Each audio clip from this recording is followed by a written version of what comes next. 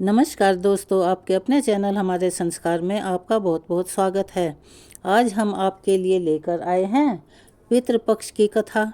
लेकिन उससे पहले, अगर आप हमारे चैनल पर नए हैं और अभी तक आपने चैनल को सब्सक्राइब नहीं किया है, तो आप सभी से निवेदन है कि हमारे चैनल को सब्सक्राइब करें, वीडियो को लाइक करें, ज़्यादा से ज़्यादा शेयर करें ताकि इस कथा के श्रवण का लाभ और लोगों को भी मिल सके।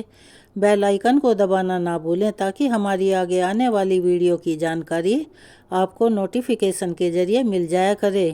आप सभी से एक छोटा सा अनुरोध हो रहा है, प्लीज़ हमारे चैनल को सब्सक्राइब करें, वीडियो को ज़्यादा से ज़्यादा लाइक और शेयर करें, बेल आइकन को भी दबाएं, अपने कमेंट्स भी कमेंट्स बॉक्स में लिखा कीजिए। उससे हमें काफ़ी मदद मिलती है और हमारे लिए वो काफ़ी फ़ायदेमंद होता है। कमेंट्स बॉक्स में जय श्री कृष्णा, राधे राधे, हर हर महादेव लिखना ना भूलें। तो चलिए अब शुरू करते हैं पितृपक्ष की कथा। हिंदू धर्म के अनुसार प्राचीन काल से ही दान पुण्य को बहुत महत्वपूर्ण माना गया है और जिसमें सबसे बड़ा दान यानी कि महादान अन्नदान को ही कहा गया है। इसी दान के चलते पौराणिक कथा के अनुसार महाभारत के हीरो कहे जाने वाले सूर्यपुत्र कर्ण को भी स्वर्ग में बिना अन्न के भूखों मरना पड़ा था। दोस्तों, हम उसी कर्ण की बात कर रहे हैं जिसने की मांगने पर अपने शरीर से अलग करके स्वर्ण के कवच और कुंडल भी निकालकर दान में दे दिए थे। लेकिन स्वर्ण दान करने के बाद भी स्वर्ग में उसे अन्न प्राप्त नहीं हो सका था। इस कथा को विस्तार पूर्वक सुनने से पहले हम आप सभी को बता दें कि आज की इस वीडियो में आप पितृपक्ष के दिनों में सुनी जाने वाली कुछ प्रमुख कथाएं और साथ में ही आप सुनेंगे पितृ स्तोत्र का पाठ और पितृ चालीसा का पाठ। अगर पितृ स्तोत्र और पितृ चालीसा का पाठ पढ़ने के बाद उसका पुण्य आप अपने पितरों को समर्पित करते हैं तो पितरों को न केवल तृप्ति मिलती है, उनकी आत्मा को मोक्ष भी मिल जाता है। ऐसा हमारे वेद और शास्त्रों में वर्णित है। पितृ अपने परिवारजनों को भरपूर आशीर्वाद देते हैं। इसके लिए आप इन पितृ पक्ष की इन कथाओं के साथ ही पितृ चालीसा का पाठ और पितृ स्तोत्र के पाठ को पितृ पक्ष के हर दिन नियम पूर्वक जरूर सुना कीजिए। मान्यताओं के अनुसार एक अक्षत्रिय होने के कारण महाभारत के युद्ध में वीर गति को प्राप्त होने के बाद कर्ण को स्वर्ग मिला, जहां उसे अपने द्वारा किए गए सभी पुण्यों का फल तो मिला, लेकिन वह स्वर्ग कर्ण के लिए नरक के समान हो गया, क्योंकि जहां स्वर्ग में उसके साथी दुर्योधन और अन्य योद्धाओं को खाने के लिए तरह तरह के पकवान मिल रहे थे, वहीं कर्ण को खाने के लिए सोने की बड़ी बड़ी थाल में सोने की अशर्फियाँ और आभूषण दिए जा रहे थे। माना जाता है कि कर्ण के साथ यह व्यवहार इंद्रदेव के आदेश से किया जा रहा था। अपने साथ इस प्रकार का व्यवहार होते देख कर्ण बहुत परेशान हुआ। एक दिन वह भूख से अति व्याकुल होकर देवराज इंद्र के पास पहुंचा और उनसे पूछा, हे प्रभु, आप मेरी एक शंका का समाधान कीजिए। क्या कारण है कि मुझे भोजन की जगह केवल सोना ही खाने को मिल रहा है? कर्ण के इस सवाल का उत्तर देते हुए इंद्रदेव ने कहा कि वैसे तो तुम बहुत दानवीर थे, लेकिन तुमने अपने पूरे जीवन भर प्रसिद्धि और अपना नाम कमाने के लिए केवल और केवल सोने का ही दान दिया था। तुम यह बात अच्छी तरह से जानते थे कि पृथ्वी पर मनुष्य जो भी दान देता है उसे मृत्यु के पश्चात स्वर्ग में वही खाने के लिए प्राप्त होता है, लेकिन तुमने अपने अहंकार और मोह में आकर पितृपक्ष के दिनों में अपने पूर्वजों और पितरों का कभी श्राद्ध और तर्पण भी नहीं किया। यही कारण है कि तुम्हें अब स्वर्ग में होते हुए भी अपने दिए हुए दान के अनुसार सोना ही खाने के लिए दिया जा रहा है। इस बात का पता चलते ही कर्ण ने तर्क देते हुए इंद्रदेव से कहा कि उसे ज्ञात नहीं था कि उनके पूर्वज कौन थे। इसी कारण उसने कभी भी पिंडदान नहीं किया, क्योंकि कर्ण को धर्म का ज्ञान तो बिल्कुल भी नहीं था। इसीलिए वह जीवन भर केवल सोने का ही दान करता रहा। परंतु वह दानवीर था, इसीलिए इंद्रदेव ने उसे अपनी गलती सुधारने का एक और अवसर दिया और उसे लगभग 16 दिनों के लिए पृथ्वी पर अपना पश्चाताप करने के लिए वापस भेज दिया। इन दिनों में कर्ण ने अपने पूर्वजों को याद करते हुए न केवल विधि पूर्वक उनका श्राद्ध किया, बल्कि अपने पितरों को भी अन्नदान के उनका तर्पण किया। धार्मिक मान्यताओं के अनुसार इन्हीं 16 दिनों की अवधि को पितृपक्ष कहा गया, जिस दौरान मनुष्य अपने पितरों को पिंडदान करके हर प्रकार के पितृदोष से और पितृ ऋण से मुक्त हो जाते हैं। वाल्मीकि रामायण में सीता जी द्वारा पिंडदान देकर महाराज दशरथ की आत्मा को मोक्ष मिलने का संदर्भ भी सुना जाता है। वनवास के दौरान भगवान श्री राम, लक्ष्मण जी और माता सीता पितृपक्ष के दौरान श्राद्ध करने के लिए गया धाम पहुँचे। वहाँ श्राद्ध कर्म के लिए आवश्यक सामग्री जुटाने के लिए श्री राम जी और लक्ष्मण जी नगर की ओर चले गए। उधर दोपहर हो गई थी। पिंडदान का कुतुब मुहूर्त निकला जा रहा था, तो सीता जी की व्यग्रता बढ़ती जा रही थी। तभी दशरथ जी की आत्मा ने पिंडदान की मांग कर दी। गया जी के आगे फल्गु नदी पर अकेली सीता जी असमंजस में पड़ गई। उन्होंने फल्गु नदी के साथ वटवृक्ष, केतकी के पुष्प और गाय को साक्षी मानकर बालू का पिंड बनाकर स्वर्गीय राजा दशरथ के निमित्त पिंडदान दे दिया। थोड़ी ही देर बाद भगवान श्री राम जी और लक्ष्मण जी वापस लौटे, तो उन्होंने माता सीता से पिंडदान की तैयारी करने के लिए कहा। तब माता सीता ने कहा कि समय निकल जाने के कारण मैंने स्वयं ही पिंडदान कर दिया। तब भगवान श्री राम कहने लगे कि बिना सामग्री के पिंडदान भला कैसे हो सकता है।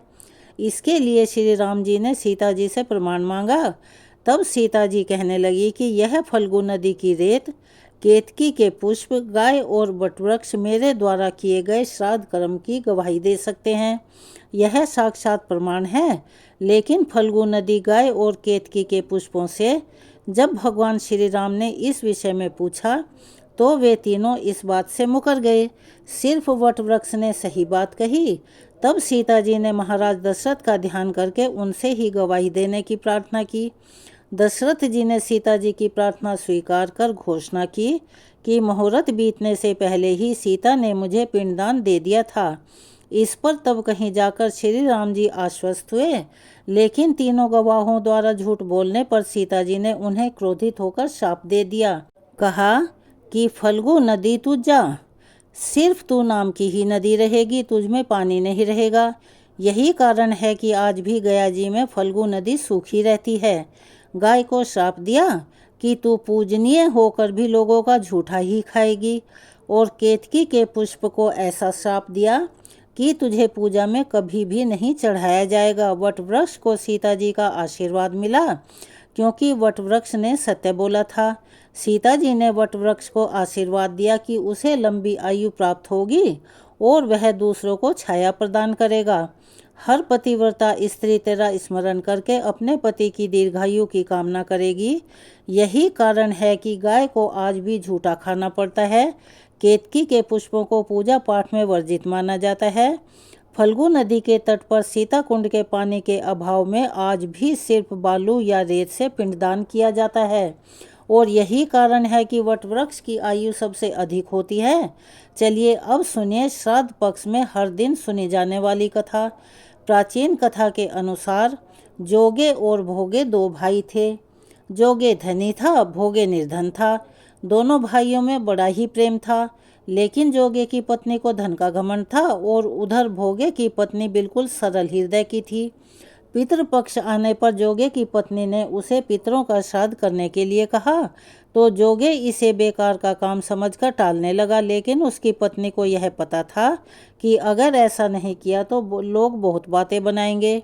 जोगे की पत्नी को घमंड तो था ही, साथ ही उसे अपने मायके वालों को दावत पर बुलाने और अपनी अमीरी दिखाने का भी बिल्कुल सही अवसर लगा। आखिरकार वह अपने पति से बोली कि अगर आप मेरी परेशानी की वजह से ऐसा कह रहे हैं कि तुम श्राद्ध मत करो, तो मैं सहायता के लिए भोगे की पत्नी को बुला लूँगी। हम दोनों मिलकर सारा काम कर लेंगे। फिर तो उसने जोगे को अपने मायके न्योता देने के लिए भेज दिया। दूसरे दिन उसके बुलाने पर सुबह सवेरे ही भोगे की पत्नी आकर काम में लग गई। उसने भोजन तैयार किया, तरह तरह के पकवान बनाए और फिर सभी काम समाप्त करके अपने घर पर आ गई, क्योंकि उसे भी तो अपने घर पर पितरों का श्राद्ध अर्पण करना था। इस अवसर पर जोगे की पत्नी ने उसे जाने से नहीं रोका और ना ही वह रुकी। दोपहर के समय पितृभूमि पर उतरे, क्योंकि श्राद्ध पक्ष के दिनों में दोपहर के समय ही पितरों के निमित्त श्राद्ध तर्पण का काम करना शुभ माना जाता है। तो दोपहर के समय पितृभूमि पर उतरे। जोगे और भोगे के पितर पहले जोगे के यहाँ गए। वहाँ गए तो उन्होंने देखा कि उसके ससुराल वाले तो उससे पहले ही भोजन करने पर जुटे हुए हैं। आखिरकार फिर वे भोगे के घर गए, जहाँ पितरों के नाम पर अग्यारी दे दी गई थी। पितरों ने अग्यारी की राख चाटी और भूखे ही नदी के तट पर पहुंच गए। थोड़ी ही देर में नदी के किनारे सभी पितर एकत्रित हुए और अपने अपने यहाँ के परिवारजनों के श्राद्ध की तारीफें करने लगे। जोगे भोगे के पितरों ने अपनी आप बीती कही। फिर वे सोचने लगे कि भोगे अगर सामर्थ्यवान होता तो आज उन्हें भूखा नहीं रहना पड़ता, लेकिन भोगे के घर में तो 2 वक्त की रोटी भी खाने को नहीं थी। यह सब सोचकर उन्हें भोगे पर दया आ गई और फिर वे खुशी में चिल्लाने लगे कि भोगे के घर धन हो जाए, भोगे भी धनवान हो जाए। शाम हो चली थी और अब तक भोगे के बच्चे भी भूखे थे। उन्होंने अपनी माँ से कहा, माँ भूख लगी है। तब बच्चों को टालने के लिए भोगे की पत्नी ने कहा, जाओ आंगन में हांडी औंधी रखी है, जाओ और उसे खोल लो, जो कुछ भी मिले मिल बांट कर खा लेना। बच्चे आंगन में गए तो देखा कि वहाँ तो हांडी मोहरों से भरी पड़ी है। वे दौड़कर माँ के पास पहुँचे और सारी बात माँ को बताई।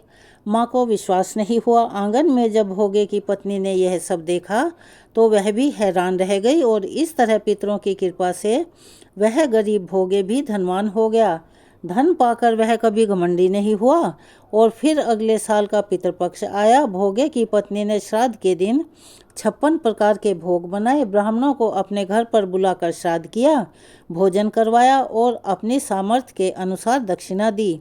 सोने चांदी के बर्तनों में जेठ जिठानी को भोजन करवाया, जिससे पितर बहुत प्रसन्न और तृप्त हुए। यह थी श्राद्ध पक्ष में सुनी जाने वाली जोगे और भोगे की कथा। चलिए अब सुनते हैं पितृ स्तोत्र का हिंदी अनुवाद। श्री मार्कंडेय पुराण में महात्मा रुचि के द्वारा की गई पितरों की यह स्तुति पितृ स्तोत्र कहलाता है। महात्मा रुचि कहते हैं, जो सबके द्वारा पूजित, अमूर्त, अत्यंत तेजस्वी, ध्यानी और दिव्य दृष्टि से संपन्न है, उन पितरों को मैं सदा नमस्कार करता हूँ। जो इंद्र आदि देवताओं, दक्ष, मारीच, सप्त ऋषियों तथा दूसरों के भी नेता हैं, कामना पूर्ति करने वाले उन पितरों को मैं प्रणाम करता हूँ। जो मनु आदि राजऋषि, मुनीश्वर तथा सूर्य और चंद्रमा के भी नायक हैं, उन समस्त पितरों को जल और समुद्र में भी नमस्कार करता हूँ। नक्षत्रों, ग्रहों, वायु, अग्नि, आकाश और देवलोक तथा पृथ्वी के भी जो नायक हैं, उन पितरों को मैं हाथ जोड़कर प्रणाम करता हूँ। जो देवऋषियों के जन्मदाता, समस्त लोकों द्वारा वंदित तथा अक्षयफल के दाता हैं, उन पितरों को मैं हाथ जोड़कर प्रणाम करता हूँ। प्रजापति, कश्यप, सोम, वरुण तथा योगेश्वर के रूप में स्थित पितरों को सदा हाथ जोड़कर प्रणाम करता हूँ। सातों लोकों में स्थित 7 पितृगणों को नमस्कार है। मैं योग्य दृष्टि संपन्न स्वयंभू ब्रह्मा जी को प्रणाम करता हूँ। चंद्रमा के आधार पर प्रतिष्ठित तथा योग्य मूर्तिधारी पितृगणों को मैं प्रणाम करता हूँ। साथ ही संपूर्ण जगत के पिता सोम को नमस्कार करता हूँ। अग्नि स्वरूप अन्य पितरों को मैं प्रणाम करता हूँ, क्योंकि यह संपूर्ण जगत अग्नि और सोममय है। जो पितृ तेज में स्थित हैं, जो यह चंद्रमा, सूर्य और अग्नि के रूप में दिखाई देते हैं और जो जगत स्वरूप और ब्रह्म स्वरूप हैं, उन संपूर्ण योगी पितरों को मैं एकाग्रचित होकर प्रणाम करता हूँ। उन्हें बारंबार नमस्कार है। हे पितृेश्वर, आपको दे दियो आशीर्वाद, चरणाशीष नवा दियो, रख दो सिर पर हाथ। सबसे पहले गणपत, पाछे घर का देव मनावा जी। हे पितरेश्वर, दया राखियो, करियो मन की छाया जी। पितरेश्वर, करो मार्ग उजागर, चरण रज की मुक्ति सागर। परम उपकार पितरेश्वर की ना, मनुष्य योनि में जन्म दीन्हा। मात्र पितृ देव मन जो भावे, सोई अमित जीवन फल पावे। जय जय जय पितर जी साई, पितृ ऋण बिन मुक्ति नाही। चारों ओर प्रताप तुम्हारा, संकट में तेरा ही सहारा। नारायण आधार सृष्टि का, पितर जी अंश उसी दृष्टि का। प्रथम पूजन प्रभु आज्ञा सुनाते, भाग्य द्वार आप ही खुलवाते। झुंझुनू ने दरबार है साजे, सब देवों संग आप विराजे। प्रसन्न होए मन वांछित फल दीना, कुपित होए बुद्धि हर लीना। पितर महिमा सबसे न्यारी, जिसका गुण गावे नर नारी। तीन मंड में आप विराजे, वसु रुद्र आदित्य में साजे। नाथ सकल संपदा तुम्हारी, मैं सेवक समेत सुत नारी। 56 भोग नहीं है भाते, शुद्ध जल से ही तृप्त हो जाते। तुमरे भजन परम हितकारी, छोटे बड़े सभी अधिकारी। भानु उदय संग आप पुजावे, 5 अंजुलि जल रिझावे। ध्वज पताका मंडप है साजे, अखंड ज्योति में आप विराजे। सदियों पुरानी ज्योति तुम्हारी, धन्य हुई जन्मभूमि हमारी। शहीद हमारे यहाँ पुजाते, मातृ भक्ति संदेश सुनाते। जगत पितृ सिद्धांत हमारा, धर्म जाति का नहीं है नारा। हिंदू मुस्लिम सिख ईसाई, सब पूजे पितर भाई। हिंदू वंश वृक्ष है हमारा, जान से ज़्यादा हमको प्यारा। गंगा ये मरु प्रदेश की, पितृ तर्पण अनिवार्य परिवेश की। बंधु छोड़कर इनके चरना, इन्हीं की कृपा से मिले प्रभु शरणा। 14 को जागरण करवाते, अमावस को हम धोख लगाते। जात जड़ूला सभी मनाते, नांदी मुख श्राद्ध सभी करवाते। धन्य जन्मभूमि का वो फूल है, जिसे पितृमंडल की मिली धूल है। श्री पितृ जी भक्तिकारी, सुन लीजिए प्रभु अरज हमारी। निश दिन ध्यान धरे जो कोई, तासम भक्त और नहीं कोई। तुम अनाथ के नाथ सहाई, दीनन के हो तुम सदा सहाई। चारिक वेद प्रभु के साखी, तुम भक्तन की लज्जा राखी। नाम तुम्हारो लेत जो कोई, तासम धन्य और नहीं कोई। जो तुम्हारे नित पाँव पलोटत, नवो सिद्धि चरना में लोटत। सिद्धि तुम्हारी सब मंगलकारी, जो तुम पे जावे बलिहारी। जो तुम्हारे चरण चितलावे, ताकि मुक्ति अवश्य हो जावे। सत्य भजन तुम रोजो गावे, सो निश्चय चारों फल पावे। तुम ही देव कुल देव हमारे, तुम ही गुरुदेव प्राण से प्यारे। सत्य आस मन में जो होई, मन वांछित फल पावे कोई। तुम्हारी महिमा बुद्धि बढ़ाई, शेष सहस्त्र मुख सके न गाई। मैं अति दीन मलिन दुखारी, करहु कौन विधि विनय तुम्हारी। अब पितर जी दया दीन पर कीजे, अपनी भक्ति शक्ति कछु दीजे।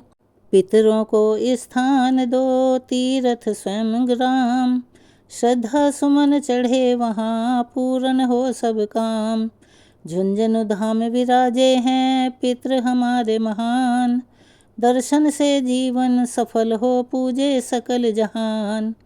जीवन सफल जो चाहिए चले झुंझुनू धाम, पितृ चरण की धूल ले हो जीवन सफल महान। ये थी हमारी आज की वीडियो। आपको कैसी लगी कमेंट्स बॉक्स में अपनी राय अवश्य लिखकर बताएं। अगर आप हमारे चैनल पर नए हैं तो प्लीज़ हमारे चैनल को सब्सक्राइब करें, वीडियो को लाइक करें, ज़्यादा से ज़्यादा शेयर करें, बेल आइकन को दबाना ना भूलें ताकि हमारी आगे आने वाली वीडियो की जानकारी आपको नोटिफिकेशन के ज़रिए मिल जाया करे। कमेंट्स बॉक्स में जय श्री कृष्णा, राधे राधे, हर हर महादेव अवश्य लिखें। धन्यवाद।